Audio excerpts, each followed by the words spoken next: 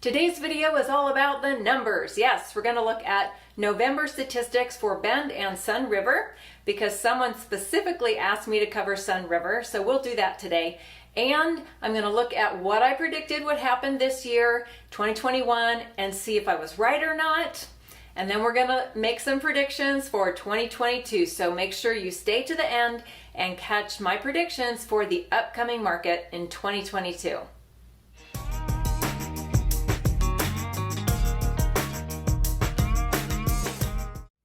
Hi, I'm Nora Spangler with Rogue Real Estate here in Bend, Oregon. Okay, so we're going to jump right into the November Bend statistics, and then I will cover Sunriver. Our median home price in Bend hit $732,000.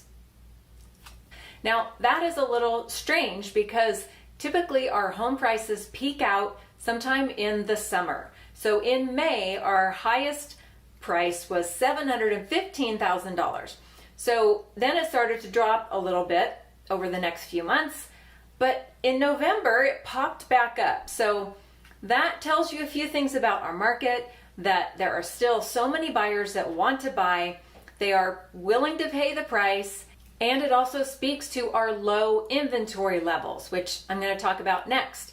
There just aren't enough homes, and so it's still pushing the price up at a time of year when typically our home prices usually drop in November, December, January. They start going back up in the beginning of the year. So we're in a really kind of unusual market right now.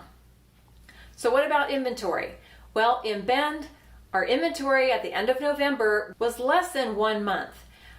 You probably know that 6 months inventory is what it takes to make a balanced market, which means buyers and sellers are balanced in their opportunity for negotiating.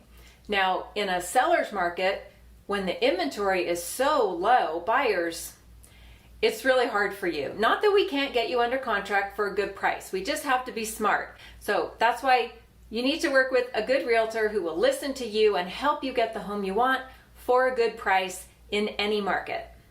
I'm going to give some good news for both buyers and sellers. So here's the first bit of good news for buyers. That is our percentage of original price number, which kind of tells you if people are overbidding a lot on homes. At the peak in May, that number was 103.4. Right now, it's at 99%. So that's great. That means fewer people are having to bid above the list price. I am seeing a fair number of home price reductions right now. So if price is a concern for you, that's a good thing to look out for. Look for homes that have been on the market for, 25, 30 days or longer, and that have had several price reductions. Are you thinking about possibly moving to the Bend or Central Oregon area? I'd love to be in touch with you, so click below and grab a copy of my relocation guide. What's the good news for sellers these days? Well, price appreciation. 25% price appreciation from last year. So that number I quoted earlier, $732,000. Yeah, that's great for sellers, not so good for buyers. The second thing that's great for sellers is that we had super strong pending home sales, or homes that went under contract in November were 451. That is 75% more than last year. Another stat that's great for sellers is showing our strong market in number of homes sold. So in November, we had 255 homes that sold, which is very similar to our pre-pandemic numbers. So that means we're recovering, we're on the track to head into 2022 in a really strong real estate market. More good news for buyers. Yes, I have 2 more things that are great news for you buyers. First of all, our days on market are now at 12 in November. So that's up another 2 days, 20% up from October. And that's up 71% from the crazy pandemic springtime when it was single digits, 4 days on market for a long time, from January through June. 12 days on market is better for buyers, gives you a little more time to go and see the homes and think if you want to make an offer. The second thing is that our new listings for November are at 177, and that's up 13.5% from a year ago November. So we're moving in the right direction, getting some more inventory for buyers to choose from. So let's talk about the Sunriver stats really quickly, and don't mind if I look down here at my notes. So the median price in Sunriver now is $676,000, and that is up a whopping 42% from a year ago. That is more increase than Bend has seen, but the overall price is still less than Bend. So maybe you want to live in Sunriver. I'm so glad you found my channel. If you like my videos, would you give it a thumbs up, click that subscribe button, and let me know you're watching. The median percent of original sales price is 100% in Sunriver. So it's improved. It was over 100% at the height of the market this spring. Now it's dropped down to 100%. So that makes it a little bit easier, not quite as much competitive bidding for homes for you buyers out there.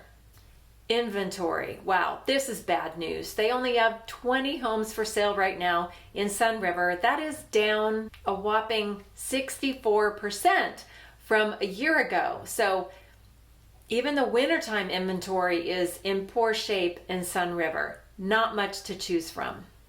Median days on market is also not good news. It's 5 days on market. So that is still pandemic days for Bend. And so Sunriver is kind of stuck in that market of turning homes over really quickly. And I think mainly that's because there's so little on the market. When something good comes, people are waiting, and they go ahead and grab that good property. Let's look at what I predicted a year ago would happen for this past year, 2021. I predicted that interest rates would stay low, that demand would remain high, and that prices would continue to rise. I didn't put a percentage number on how high I thought homes would rise, but crazy, they went up 25% from a year ago. So that is pretty insane. I would never have guessed 25% year-over-year growth in Bend home prices. Just so you know, Redfin does some projections, and they are projecting only 3% increase in home prices. Now that is really small, and there's a lot of things that would have to happen in order to make that prediction come true. Zillow, on the other hand, is predicting a much higher increase in prices. Zillow predicts over 13% price increase for the coming year of 2022. So what do I think? Well, let me get out my crystal ball. No, I don't need a crystal ball. I know my market, and I feel pretty confident in most of these predictions, but I will say the caveat is there are a lot of uncertainties. For one, the pandemic. Two, we don't know what the government is going to do, and with inflation and interest rates, those could have a really big effect. I think we do know enough about forbearance and what's going on with that foreclosures are not going to be a big problem. We could use that inventory for sure.